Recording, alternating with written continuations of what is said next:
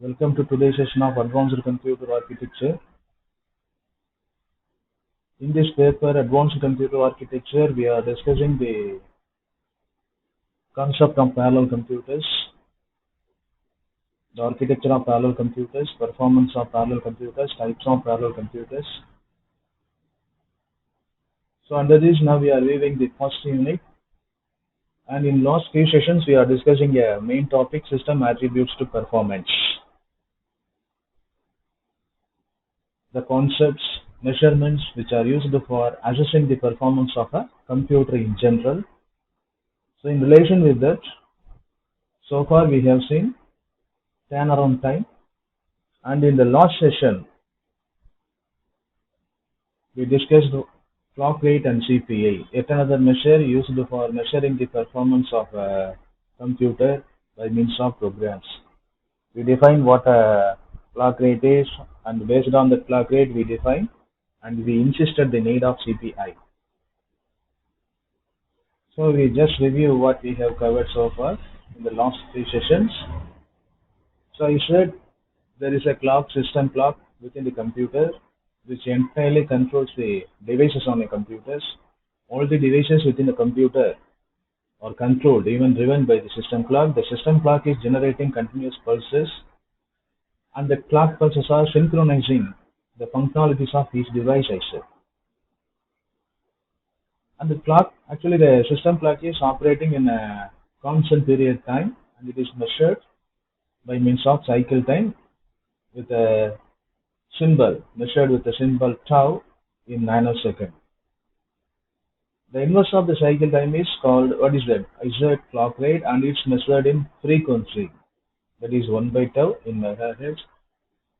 Basically the clock rate is measured as a percentage, even it says the speed of a machine. Practically we are hearing that the speed of the processor by means of megahertz, gigahertz, like that. So then we have seen another important aspect, the number of instructions within a program, which is a major fact. Even it's a major fact impacting the performance of a program as well as machine.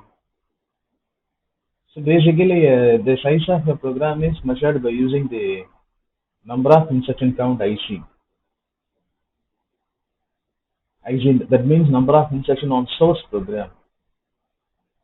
There is a equivalent amount of machine code to be generated during the compilation of the instructions, number of instructions, instruction count on a source program, and even we say the generated machine codes, different number of machine codes, machine instruction needs different number of clock cycles we define. So due to this fact, the concept of cycles per instruction is needed. You see, normally a program is having number of instructions, instruction count I say is there. During the compilation of a source program, equivalent amount of machine instructions are to be generated by the compiler that is running on a computer. And the important fact, what that one is, different machine instruction needs different number of clock cycles we have seen. So it's very difficult to assess. It's very difficult to assess the performance of a program as well as a machine by using single instruction. So under that aspect, the concept of cycles per instruction, CPI, will come, I said. And what a CPI is, I define. It's a measuring quantity used for measuring the time of each instruction, each machine instruction. Okay, we have seen an example also. So we identified one more thing here. For a smaller program, we can calculate CPI. Suppose the program is larger, it's very difficult to measure the CPI also. So under that aspect, there we have to count average CPI. So what an average CPI is, it considers the frequencies of occurrence of instruction, and it's a very useful.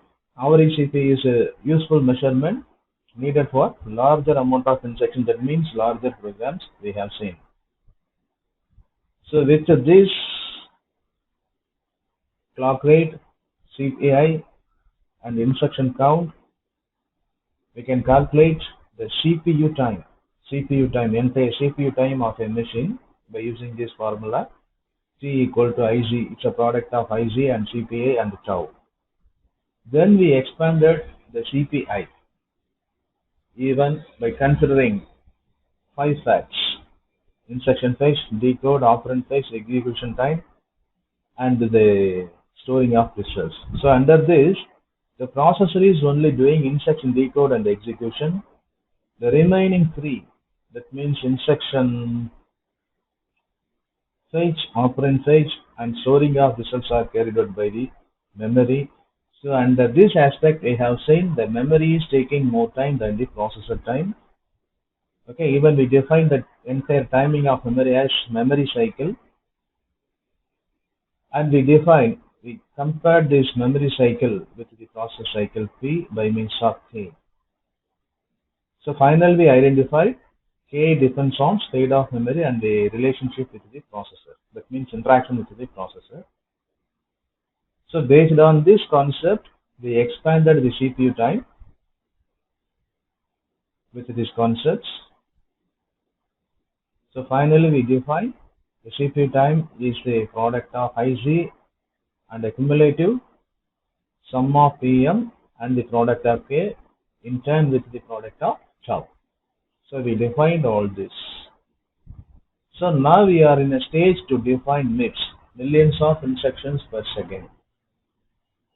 So the 5 factors that we discussed: instruction count IC, processor cycle P, memory cycle M, and the ratio of P and M, and the cycle time P are affecting the system performance, entire system performance, especially the 4 system attributes like instruction set, compiler technology, CPU implementation, and the memory, cache and memory.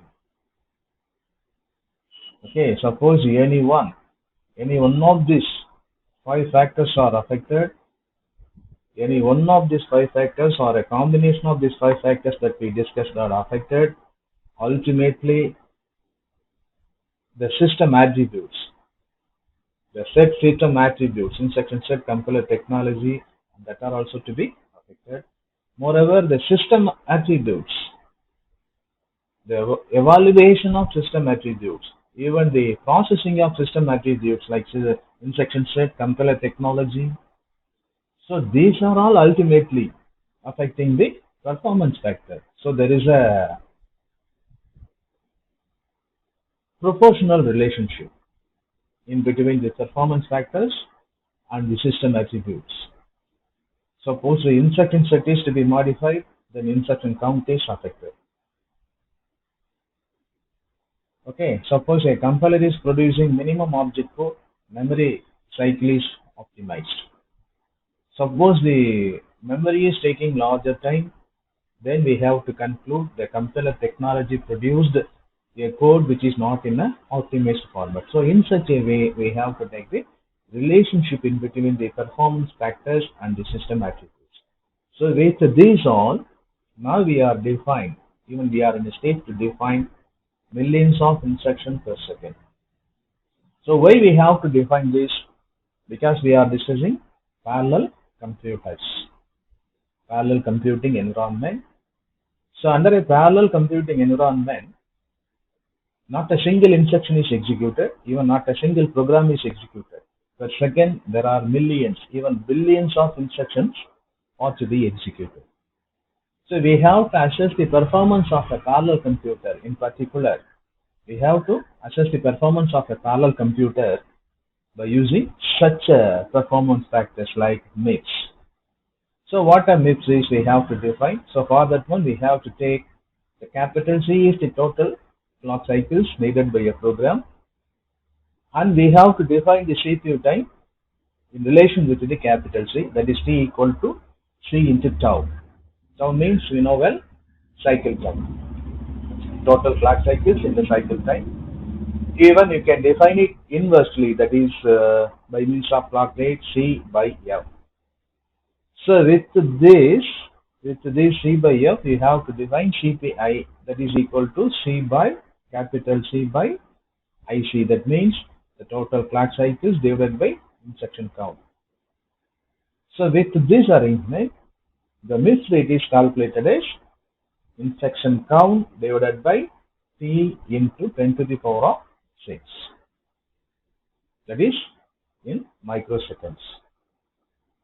Okay, so MIPS is defined as a ratio of instruction count and the product of CPU time by means of microseconds. Then we have to define another concept, another performance measure. What is that? Throughput. So what a throughput is? Number of programs executed per unit time. And it is defined as WP equal to F divided by IC into CPI. That means the throughput is the ratio of clock rate and the product of instruction count and cycles per instructions. So basically the throughput is measured by means of programs per second. So these two, MIPS and throughputs, are especially used for assessing the performance of a parallel computers.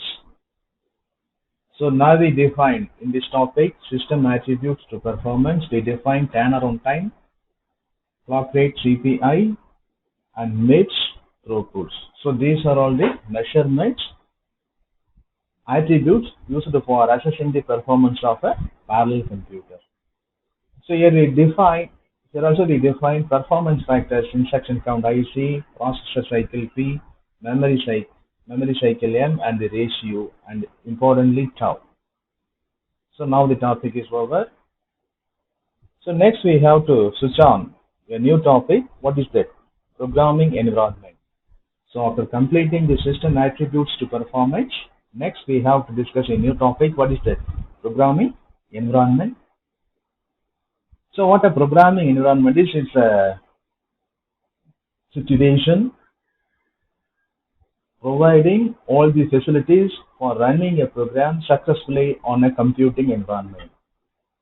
So under this environment, the programmability of a computer, programmability of a language depends on the programming environment. The first point is this: programmability of a computer or a programmability of a language heavily depends on the programming environment. So today most of the environments are providing sequential environment. That means sequential execution of programs. Okay, so what is the meaning of sequential execution of program? The execution of statements one by one. Moreover, the sequential environment is providing sequential object code. So this is the case of sequential computing environment. We don't need that one now. We have to consider the parallel environment. So what a parallel environment is? Under the parallel environment, even we already discussed this, there is no direct parallel programming language. Still the sequential languages are used for doing parallel programming. Even the OS, operating systems, are not supporting the parallel concept in as a full concept. We discussed that. So under the parallel environment, parallelism must be detected and exploited automatically. That is not possible now. We quoted an important point: by means of hardware, there is no problem at all to implement parallelism. But in case of software, there are practical difficulties, complexities we discussed. So under these conditions, the parallel environment must provide a facility to detect the parallelism automatically. So in order to detect the parallelism, both OS, operating systems, and languages must be supported. So under these aspects, under these conditions, two approaches under parallel programming environment, two approaches are basically followed to detect the parallelism. So what are all them? Implicit programming and explicit programming. Implicit parallelism and explicit parallelism. So now we are in a stage to discuss what a implicit programming, that means implicit parallelism, is, and what an explicit parallelism is, that means explicit programming is. So we'll discuss this on next session. Now we'll wind up the today's session. Thank you, one and all.